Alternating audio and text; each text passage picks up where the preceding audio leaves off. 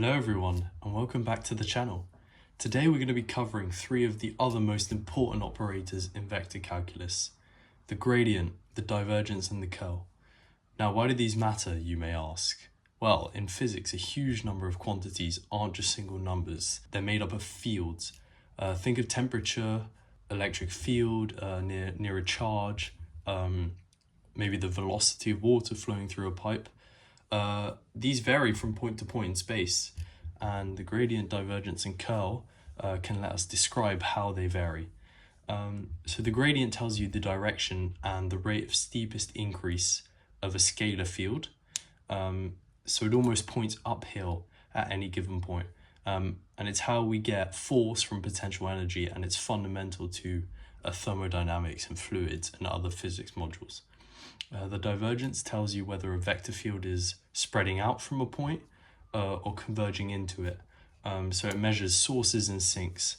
And the curl tells you how much a vector field is rotating around a point. And it's why we get magnetic fields circulating around currents. And it shows up in fluid dynamics again when describing vortices and rotation. So together, these three operators are the mathematical language behind Maxwell's equations, fluid dynamics, and heat flow. So if you're heading into electromagnetism, thermal physics, or fluids, you literally cannot avoid these mathematical techniques.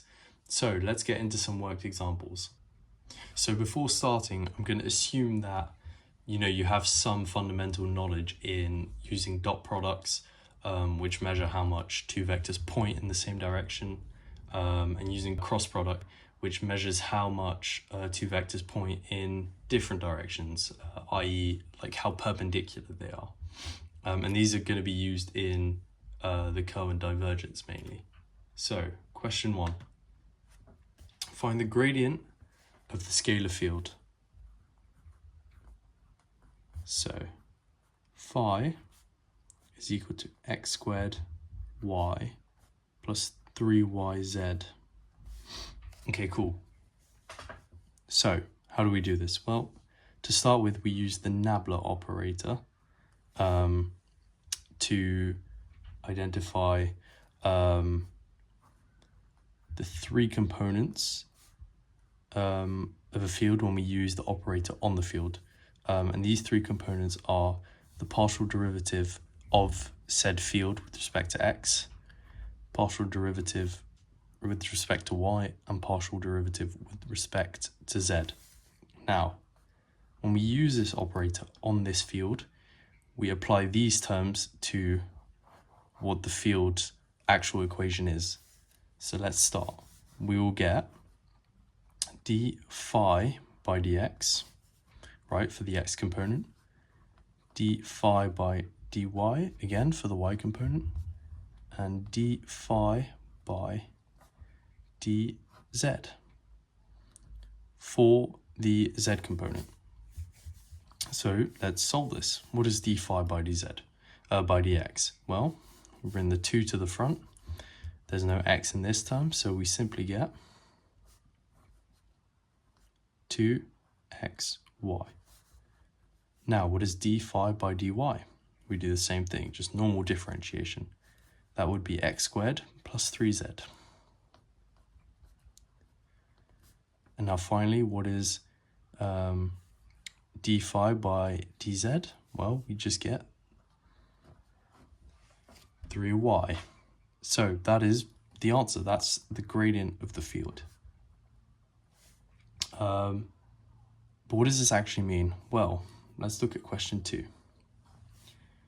So a temperature field in a room is given by this temperature field, 20 plus 0.5 x squared minus 2y in degrees Celsius, with x and y in meters. Now we need to find the gradient of t at the point 2, 1, 0 in space, and explain what the direction and magnitude of this vector tells you physically. So let's give it a go. To start with, we have to do the exact same thing we did here to find the gradient for phi. So del t would equal dt by dx, dt by dy, dt by dz. What does that give us? Let's do the maths. So bring the 2 to the front, that gives 1, so it's simply x. The gradient of temperature in the x direction is x. That's nice. dt by dy is -2. dt by dz, there's no z in the temperature field. There's no z dependence, which means the gradient doesn't vary in z space, so that's simply 0. Cool, that's the gradient. Now, we want to evaluate it at this specific point, 2, 1, 0. So in this case, this means that the position along the x-axis is 2, the position along the y-axis is 1, and the position along the z-axis is 0. So let's sub this in. Well, gradient of t would equal 2, -2, and 0. We sub in the 2 for the x, but as there's no y or z dependence on the gradient, we don't substitute anything in, so these two terms stay the same. So what does this tell us? Well, this means that if we look at the direction, the temperature changes the most when moving along the x-axis and moving negatively along the y-axis. So positive x and negative y gives the greatest change in temperature.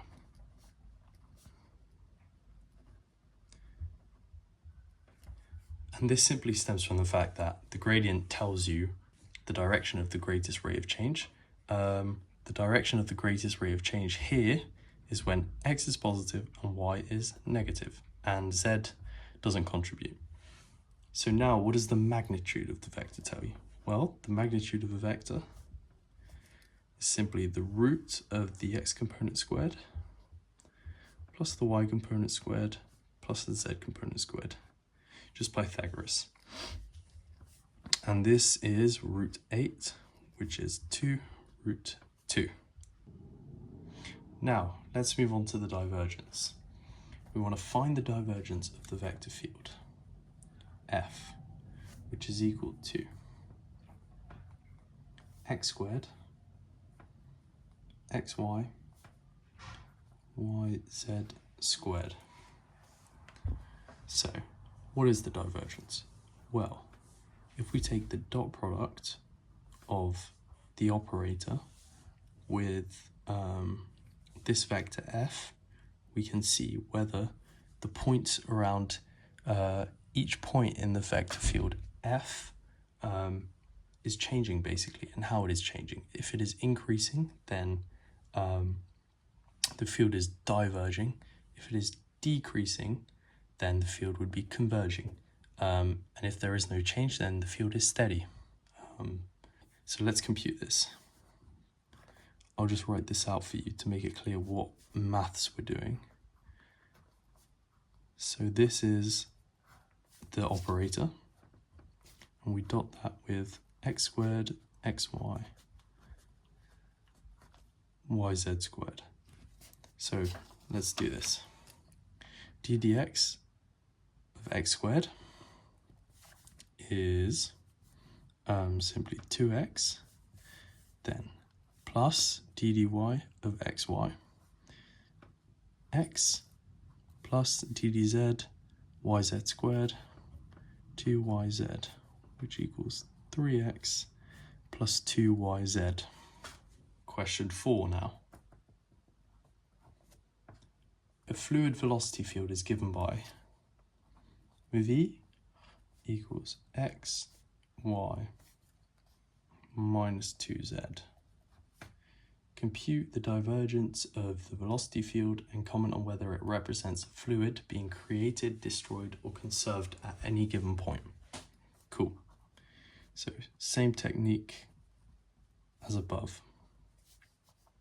d dx of x is 1, d dx of y, d dy of y is 1, d dz of minus 2z is minus 2, which gives 2 minus 2, and the divergence of the fluid velocity field is 0.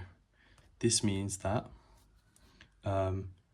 the fluid velocity field is entirely conserved, and there is no change in the velocity field itself. We can move on to curl. So, what is the curl of the vector field? We write that out as the operator crossed with field F, where F is equal to y minus x 0. So let's compute this. I'm sure everyone knows how to do this, but I use a determinant method where I write this out as the determinant using all three vector components. What is the operator? d dx, d dy, d dz, and the field F is y minus x 0. Now, to take the determinant in this, we ignore this line and this line for the first I component, then we will ignore the subsequent j lines, the vertical and the horizontal columns, and then the same for k. So let's do this. We want to multiply d dy by 0, that's simply 0, and d dz by minus x. Again, that's 0. So we get 0, there's no dependence on x, clearly. Now we do the same for the middle column. And as always, when solving a determinant, you subtract the j terms. So that would be d dx times 0, again 0, d dz times y, again 0. So there's no j component. Now let's look at k. d dx minus x is minus 1, d dy times y is 1, but because we subtract it, we get minus 1k, which gives us a curl of 0, 0, and minus 2. Now this suggests that there's only a rotation in the k direction. Finally, we'll do the last question on curl, and this one's a little bit harder, and don't worry if you don't know how to answer the whole thing, but it's just the general gist and showing you how this kind of stuff connects to more complicated physics theories. So let's solve it. The magnetic field along a long straight wire carrying current along the z-axis is approximately B is equal to minus y over x squared plus y squared, x over x squared plus y squared again, and 0. Compute the curl of B away from the wire and discuss briefly why this connects to Ampere's law. So, ignoring the Ampere's law stuff, let's just start with the method that we've already solved. What is the curl of B? Let's do it the same way we did before. I, J, K, d dx, d dy, d dz. Now I'm just going to write it in terms of the components of B, because I don't really feel like writing it all out. But this is just the x component, and that's just the y component, and the z component is 0, so I'm just going to write 0. Now let's solve it like we did before. And we can actually see that both the I and the j terms are going to be 0, because if you think about it, let's do I first. d dy of 0 is 0, d dz, there's no z terms in any of the B components, so anything relating to dz will be 0. So this is 0, I, same thing for j, plus 0j. Sorry, this should be minus. And k will have a value actually, so let's see. We want d by over dx minus d bx over dy. Okay, so let's solve d by over dx first. So if we want to write this, we're going to get, well, I will use a product rule and a chain rule in one. It's a bit of a convoluted derivative, but it is solvable. And it'll actually be the same thing for the bx term, just reversed since there's a y on top, but I'll start with the by. So I'm going to write x over x squared plus y squared in terms of negative powers. So x squared plus y squared to the minus 1. Now we're going to have to use a product rule, as there's an x outside the bracket and an x inside the bracket. And to find the derivative of this, we're going to have to use a chain rule. So let's start with the overall product rule. U is going to be z, x, our outside term. Du is going to be, the derivative of x, so 1. V is going to be x squared plus y squared to the minus 1. The derivative of v, this is the chain rule. So if u here, this is a separate u to this, if u here will be the inside of the brackets, x squared plus y squared, then du, I'll do it by dx in brackets, just to show that we're differentiating x and not y, would be 2x, and y is u to the minus 1. We just substitute u for x squared plus y squared, this u, dy by du this time is going to be minus u to the minus 2. Okay, so now if we multiply these two, we cancel out the u's, and it would be dy by dx, which is what we need for dv. So multiplying them, we get minus 2x, substitute the u in, x squared plus y squared to the minus 2. Perfect. And now we can do the product rule. I'm just going to cut this off so it's easy to see. So u times dv is minus 2x squared, x squared plus y squared minus 2. Now we add the second term, du times v, plus x squared plus y squared to the minus 1. Now let's write this in terms of fractions, so it's easier to spot how to simplify it. That is minus 2x squared over x squared plus y squared squared plus 1 over x squared plus y squared. Now, how do we combine these? Well, we have to times this term by x squared plus y squared over x squared plus y squared. And this will give us y squared minus x squared over x squared plus y squared squared. Okay, so that's the first term solved. Now we need to solve. Sorry, I'm going to move this over. And now for the second term, we can see that actually that will also give us y squared minus x squared over x squared plus y squared squared, because it's in the exact same format with the same denominator as before, and there's a sign change.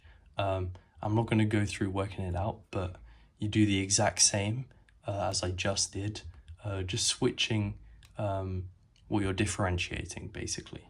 But that gives you this. And now when we solve for k, we do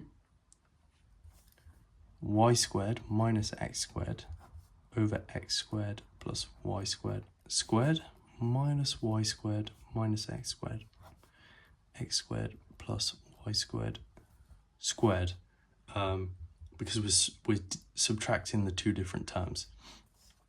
And this actually gives us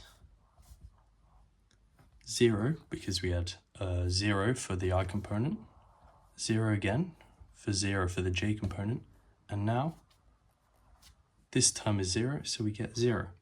And actually, there is no curl, which means no field rotation away from the wire. And this actually connects to Ampere's law, because Ampere's law says that the curl of the magnetic field is related to the current density flowing through the wire. And actually, outside of the wire, there is no current density, so there is no curl of the field B. Whereas inside the wire, there would be a curl of the magnetic field. So this just shows how these vector operations and mathematical methods can give you interesting physics results in more complex topics as well. These are useful tools that you should honestly drill into your mind, because the amount of times you're going to have to use this, I mean, I don't even want to get started on it. So yeah, thanks for watching.